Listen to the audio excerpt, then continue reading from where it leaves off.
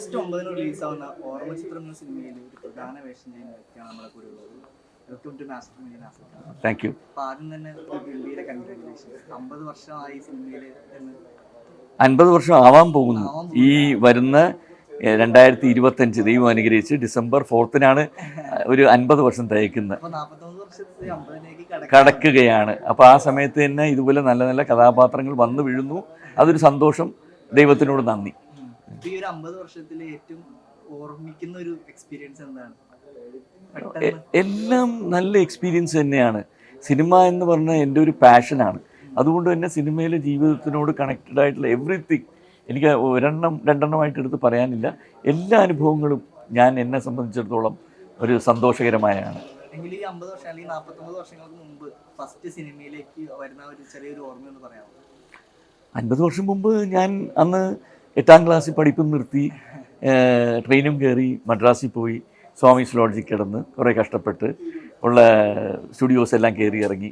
ആ കാലഘട്ടത്തിലുള്ള അരുണാചലം സ്റ്റുഡിയോവും AVM സ്റ്റുഡിയോവും അവിടെ എല്ലാം കയറി ഇറങ്ങി 1-2 ബ്ലാക്ക് ആൻഡ് വൈറ്റ് സിനിമയിലൊക്കെ ആ കാലത്ത് അഭിനയിച്ചു. പക്ഷേ അന്നത്തെ ട്രെൻഡ് വേറെ ഒന്നായിരുന്നു. ഞാൻ വളരെ സ്ലിമ്മായിരുന്നു. അതുകൊണ്ട് തന്നെ അന്ന് കുറച്ച് തടിയും വയറുമൊക്കെ ഉള്ള ഒരു കാലഘട്ടം. എനിവേ പിന്നെ ഞാൻ തിരിച്ചു വന്നു. കുറച്ച് ഫിലിം ഡിസ്ട്രിബ്യൂഷനൊക്കെ ചെയ്തു. ചെറുതായിട്ട് തുരാപരം എന്ന സിനിമ ഫസ്റ്റ് എടുത്ത് ഡിസ്ട്രിബ്യൂട്ട് ചെയ്തു. പിന്നെ കുറച്ച് ഇംഗ്ലീഷ് പടങ്ങളൊക്കെ ചെയ്തു. ഇങ്ങനെയൊക്കെ പിന്നെ കുറച്ച് വേറെ ഡിഫറെൻറ്റ് ബിസിനസ്സുകളിലേക്ക് കടന്നു. അന്ന് കാലഘട്ടം എന്ന് പറയുമ്പം നമുക്ക് വലിയ രീതിയിലുള്ള സാമ്പത്തിക നേട്ടങ്ങളില്ല സിനിമയിൽ നിന്നും. ഇന്നാണല്ലോ വലിയ രീതിയിലായത്. അപ്പോൾ അന്നൊക്കെ നമുക്ക് നിലനിൽപ്പിന് വേണ്ടി we have to work something else also more than movies. അപ്പോൾ അതങ്ങനെ പോകുന്നുണ്ടായിരുന്നു. അതുകൊണ്ട് തന്നെ നമ്മളൊരു വലിയ നിലയിൽ എനിക്കിന്നും അറിയാം. ഞാൻ ഇന്നും അതിനുവേണ്ടിയുള്ള സന്ദർഭങ്ങൾ തേടിക്കൊണ്ട് ജീവിക്കുന്ന ഒരു നടനാണ്. ഇപ്പോൾ റിട്ടയർഡ് ലൈഫാണ്. കൂടുതൽ നല്ല നല്ല ചിത്രങ്ങൾ ചെയ്യണം, നല്ല നല്ല കഥാപാത്രങ്ങൾ ചെയ്യണം എന്നുള്ള ആഗ്രഹത്തിൽ ജീവിക്കുന്നു. അങ്ങനെ ഇരുന്നപ്പോഴാണ് ഇതിൻ്റെ പ്രൊഡ്യൂസർ വരുന്നതും ഇങ്ങനെ ഒരു കഥാപാത്രം ഓഫർ ചെയ്യുന്നതും. നല്ലൊരു ക്യാരക്ടർ, ഒരു നമ്പൂതിരിയുടെ ക്യാരക്ടറാണ്. അതായത് ഇതിൻ്റെ ഹീറോയുടെ അച്ഛനായിട്ടുള്ള ക്യാരക്ടറാണ്. ഇയാളുടെ ജീവിതത്തിൽ ഉണ്ടാകുന്ന പല സംഭവങ്ങളും ഈ സിനിമയ്ക്കകത്തൊരു പ്രാധാന്യ ഘടകമാണ്. എല്ലാം കൊണ്ടും.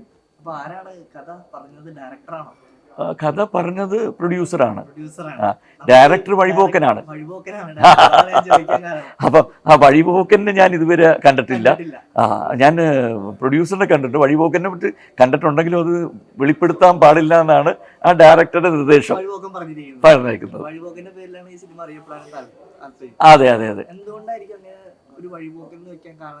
അത് അദ്ദേഹത്തിൻ്റെ മഹിമയാണെന്ന് ഞാൻ പറയുള്ളൂ. കാര്യം വെച്ചാൽ ഏതൊരാളും ഒരു സിനിമ ചെയ്യുമ്പോൾ അയാളുടെ പേര് കൊണ്ട് അയാൾക്ക് അറിയപ്പെടണം എന്നാണല്ലോ ആഗ്രഹിക്കുന്നത്. പക്ഷെ ഇവിടെ ഒരാൾ ഒരു സിനിമ ചെയ്തിട്ട് അറിയപ്പെടണ്ട എന്ന് പറയുമ്പോഴോ അത് അദ്ദേഹത്തിനെ കുറിച്ച് നമുക്ക് എന്താ ചിന്തിക്കാനുള്ളത്? അത് അദ്ദേഹത്തിൻ്റെ മഹിമ എന്നേ പറയാൻ പറ്റുള്ളൂ.